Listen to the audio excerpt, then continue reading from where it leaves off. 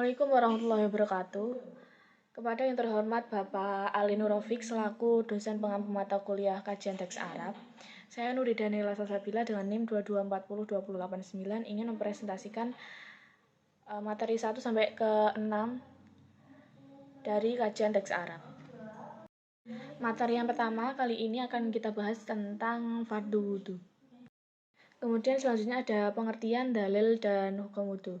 Nah, wudhu itu merupakan suatu kewajiban bagi orang yang sudah akil balik ketika akan melaksanakan sholat atau ketika akan melakukan sesuatu yang keabsahannya itu diharuskan untuk berwudhu. Seperti contohnya tawaf di Ka'bah.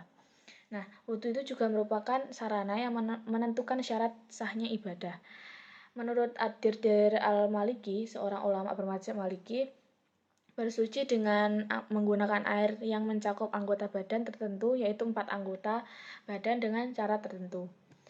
Nah, dalil yang ada dalam Al-Quran ini terdapat dalam surat Al-Ma'idah ayat 6 dan hadis riwayat Muslim dan hadis riwayat Ahmad, Abu Daud, dan Ibnu Majah. Nah, hukum wudhu itu adalah wajib. Yang dimaksud wajib itu adalah praktek wudhu yang wajib dilakukan sebelum melakukan beberapa aktivitas yang mensyariatkan sahnya aktivitas tersebut jika pelakunya dalam kondisi suci dari hadas kecil. Kemudian ada kaifiat wudhu. Nah, yang dimaksud kaifiat ini adalah tata laksana atau tata cara wudhu yang mencakup rukun, sunat, kemudian ada adab atau tata krama yang memiliki keutamaan wudhu sesuai dengan nas Al-Quran dan hadis yang dijadikan dalil oleh ulama.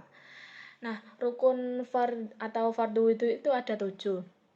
Yang pertama, niat. Kemudian yang kedua, membasuh wajah. Yang ketiga, membasuh kedua tangan sampai siku. Yang keempat, menyapu kepala. Yang kelima, membasuh kedua kaki sampai mata kaki. Yang keenam, terus-menerus atau mualat. Yang ketujuh itu tertib. Kemudian ada syarat sah wudhu dan hal yang membatalkan wudhu. Yang pertama itu ada Islam. Yang kedua, mumayyiz. Yang ketiga, air mutlak. Yang keempat, tidak yang menghalangi sampai ke air ke kulit seperti getah dan sebagainya. Kemudian yang kelima, tidak berhadas besar. Yang keenam, masuk waktu sholat. Yang ketujuh, tahu akan kefarduan wudhu. Kemudian yang kedelapan itu tidak mengiktikkan fardunya wudhu sebagai hal yang sunat. Nah, hal yang membatalkan wudhu itu ada banyak sekali. Seperti contoh, keluarnya sesuatu dari kubul maupun dubur. Kemudian hilang akal sebab mabuk atau gila, kemudian tidur, dan yang terakhir itu ada persentuhan kulit laki-laki dengan kulit perempuan. Selanjutnya materi yang kedua, ini ada faslun wa furudul wudhu'i atau fardu wudhu sampai sebelum faslun wal iktisalat al masnunah atau mandi sunnah.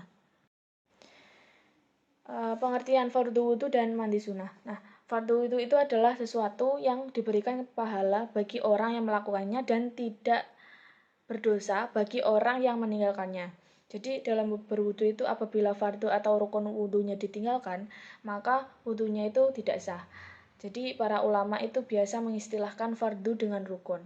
Kemudian mandi sunnah. Nah, apa yang disebut mandi sunnah? Mandi sunnah ini adalah mandi yang apabila dilaksanakan oleh seorang mukallaf itu mendapatkan pahala dan jika tidak dilakukan itu tidak akan mendapat dosa. Kemudian selanjutnya ada landasan hukum macam fardu wudhu dan syarat wudhu. Jadi landasan hukum wudhu itu ada di Quran surat Al-Ma'idah ayat 6, kemudian hadis Nabi SAW dan ijma'. Kemudian macam-macam fardu wudhu itu ada membasuh muka, membasuh kedua tangan sampai siku, kemudian menyapu kepala baik seluruhnya atau sebagian daripadanya. Kemudian yang terakhir itu ada membasuh kedua kaki sampai dengan kedua mata kaki. Kemudian syarat wudhu itu ada 3. Yang pertama wajib, yang kedua sah, yang ketiga wajib sekaligus sah. Kemudian tata cara wudhu dan hikmahnya. Yang pertama tata cara wudhunya itu yang pertama niat, kemudian yang kedua membasuh muka, yang ketiga membasuh kedua tangan sampai siku, yang keempat menyapu sebagian kepala, yang kelima membasuh kedua telapak kaki sampai mata kaki, yang keenam tertib. Kemudian hikmahnya wudhu itu yang pertama memperoleh pahala, kemudian yang kedua itu mendapatkan kebersihan, dan yang ketiga membawa kesegaran badan. Materi yang ketiga ini ada mandi sunnah. Pengertian mandi sunnah dan jenis-jenis mandi. Jadi mandi sunnah itu menurut bahasa adalah al-ghusl atau al-ghusli yang berarti mengalirnya air pada sesuatu. Kemudian menurut istilah, mandi sunnah itu adalah meratakan air pada seluruh badan dari ujung rambut sampai ujung kaki disertai dengan niat untuk menghilangkan hadas besar maupun mandi atau mandi sunnah lainnya gitu. Kemudian jenis-jenis mandi sunnah itu yang pertama ada mandi di hari Jumat. Kemudian yang kedua mandi di hari raya. Yang ketiga mandi setelah memandikan jenazah. Yang keempat mandi ihram. Yang kelima mandi ketika masuk Mekah. Kemudian yang keenam mandi ketika wukuf di Arafah. Dan yang terakhir itu mandi untuk sholat istisqa. Kemudian mandi sunnah sesuai sunnah Nabi. Yang pertama itu ada membasuh kedua telapak tangan.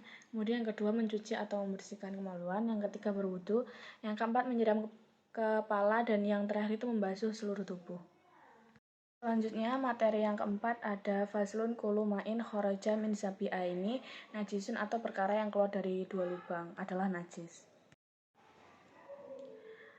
Ayat Al-Quran tentang najis itu ada di surat At-Taubah ayat 108 yang berbunyi la takum fihi abadan la masjidu usisa ala taqwa min awali yaumin ahaku an takumu fihi rijalu yuhibbuna ayyatatoharu wallahu yuhibbul mutatahhirin.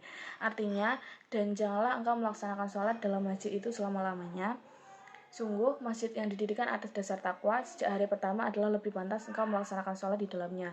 Di dalamnya ada orang-orang yang ingin membersihkan diri dan Allah menyukai orang-orang yang bersih. Selanjutnya ada pengertian najis. Nah, najis di dalam pembahasan fikih ini sering disebut dengan istilah hobais. Jadi, hobais ini adalah benda-benda yang dianggap buruk yang diperintahkan menjauhkan diri darinya. Jadi, hobais ini ada yang bersifat jasmani atau dapat dilihat. Nah, najis ini berarti sesuatu yang dapat mengotori atau menjijikan. Menurut istilah syara, najis ini adalah sesuatu yang kotor dan dapat menghalangi keabsahan sholat selama tidak ada sesuatu yang meringankan atau sesuatu yang menjijikan atau benda yang kotor yang wajib dibersihkan oleh setiap muslim. Kemudian macam-macam najis itu ada 3. Yang pertama itu najis mukhafafah atau najis ringan. Nah, contohnya itu air kencing bayi laki-laki. Kemudian ada najis mutawasito, yaitu najis atau najis sedang. Contohnya itu nanah, ada darah, ada kotoran yang keluar dari kubul dan dubur. Kemudian najis mughaladzah atau najis berat, ini contohnya babi dan air liur anjing. Kemudian perkara yang keluar dari dua lubang adalah najis. Segala cairan yang keluar dari kedua pintu pelepasan atau kubul dan dubur, seperti kencing dan kotoran hewan maupun manusia itu disebut dengan najis. Termasuk dalam hal ini, wadi atau cairan kental berwarna putih yang ada kalanya keluar setelah kencing, dan mazi itu cairan licin berwarna putih yang ada kalanya keluar ketika melakukan hubungan seksual atau ketika melakukan persentuhan-persentuhan yang menimbulkan syahwat, itu juga disebut dengan najis. Kemudian pengertian istinja secara bahasa. Nah, secara bahasa istinja itu adalah menghilangkan kotoran. Dan secara pengertian syara atau pengertian yang luas adalah menghilangkan kotoran yang keluar dari dua jalan kemaluan, yaitu kubul dan dubur dengan air atau batu dan sejenisnya yang bisa membersihkan kotoran. Istinja adalah menghilangkan perkara najis yang keluar dari dua lubang, yaitu lubang depan air kencing dan lubang belakang itu kotoran. Kemudian ada hukum istinja. Nah, hukum istinja itu adalah wajib karena kotoran yang keluar dari dua jalan itu harus dibersihkan. Ketika tidak dibersihkan, maka akan menjadi penyebab timbulnya najis dan penghalang sahnya sholat. Terus alat istinja itu ada air mutlak, terus ada batu, ada kertas, atau daun-daun yang sudah kering. Kemudian cara istinja itu yang pertama membasuh atau membersihkan tempat keluar kotoran air besar atau air kecil dengan air sampai bersih. Kemudian yang kedua membasuh atau membersihkan tempat keluar kotoran air besar atau air kecil dengan batu. Kemudian dibasuh dan dibersihkan dengan air. Kemudian yang ketiga membasuh dan membersihkan tempat keluar kotoran air besar ataupun air kecil dengan batu-batu sampai bersih. Kemudian ada syarat-syarat istinja dengan menggunakan batu atau benda keras. Terdiri dari 6 macam. Yang pertama, batu atau benda itu keras atau kesat dan harus suci serta dapat dipakai untuk membersihkan najis. Kemudian yang kedua, batu atau benda itu tidak termasuk yang dihormati, misalnya bahan makan atau batu masjid. Kemudian yang selanjutnya ada sekurang-kurangnya dengan 3 kali usapan dan sampai bersih. Kemudian najis yang akan dibersihkan ini itu belum sampai kering. Kemudian najis itu pindah dari tempat keluarnya. Kemudian ada najis itu tidak bercampur dengan benda lain, meskipun benda itu suci atau tidak dibersihkan oleh air gitu. Kemudian ada pelaksanaan sholat apabila terkena najis itu berdasarkan pendapat para ulama, jumhur ulama tersebut, bahwa siapa yang sholat dengan pakaian yang terkena najis dan ia mengetahuinya, maka sholatnya itu batal dan wajib mengulangi lagi. Sedangkan jika dia sholat dengan pakaian yang bernajis, tapi dia itu lupa atau tidak mengetahui keberadaan najisnya dan baru mengetahui setelah selesai sholatnya itu, maka sholatnya itu sah dan tidak perlu mengulang lagi gitu. Jika dia mengetahuinya ketika dalam keadaan sholat, maka jika memungkinkan untuk melepaskan pakaian yang terkena najis tersebut tanpa membuka auratnya, maka ia melepaskannya dan melanjutkan sholatnya. Hal itu berdasarkan hadis Nabi SAW di atas yang menjelaskan beliau mencopot sandal yang terkena najis dan terus melanjutkan sholat dan tidak mengulanginya. Kemudian materi yang kelima ini ada bab sholat. Pengertian sholat. Nah, sholat itu menurut bahasa artinya berdoa. Sedangkan menurut syara itu beberapa ucapan dan perbuatan yang diawali dengan ucapan takbir dan diakhiri dengan ucapan salam. Dengan memenuhi beberapa syarat yang telah ditentukan. Jadi makna sholat dalam syariat itu adalah peribadatan kepada Allah Subhanahu wa Ta'ala dengan ucapan dan perbuatan yang telah diketahui, diawali dengan takbir dan diakhiri dengan salam, disertai syarat-syarat yang khusus dengan niat itu. Kemudian ada perintah mengerjakan sholat, itu disebutkan dalam Al-Quran dan hadis. Di Quran surat Al-Ankabut ayat 45, wa aqimus sholata inna sholata tanha 'anil fahsya'i wal munkar. Artinya, dan dirikanlah sholat, sesungguhnya sholat itu mencegah dari perbuatan-perbuatan keji dan mungkar. Kemudian ada hadis riwayat Abu Dawud yang berbunyi, muru auladakum bisolati wahum abna'u sab'a sinina wadribuhum 'alaiha wahum abna'u 10 sinina. Yang artinya, perintahlah anak-anakmu mengerjakan sholat di waktu usia mereka mencapai 7 tahun dan pukullah kalau enggan melakukan sholat di waktu mereka mencapai usia 10 tahun. Kemudian ada pembagian sholat. Nah, pembagian sholat di sini dibagi menjadi 2, yaitu sholat fardu dan sholat sunnah. Jadi, sholat fardu itu merupakan sholat yang harus atau wajib dikerjakan pada awal waktu atau tepat waktu maksud sholat gitu. Dimana keharusan mengerjakan itu leluasa hingga sampai pada batas sisa waktu yang masih ada atau cukup untuk mengerjakan sholat. Kemudian yang kedua ada sholat sunnah. Nah, lafal anaflu itu menurut bahasa adalah tambahan. Jadi menurut istilah, perbuatan yang apabila dilakukan mendapat pahala dan jika ditinggalkan itu tidak mendapatkan dosa.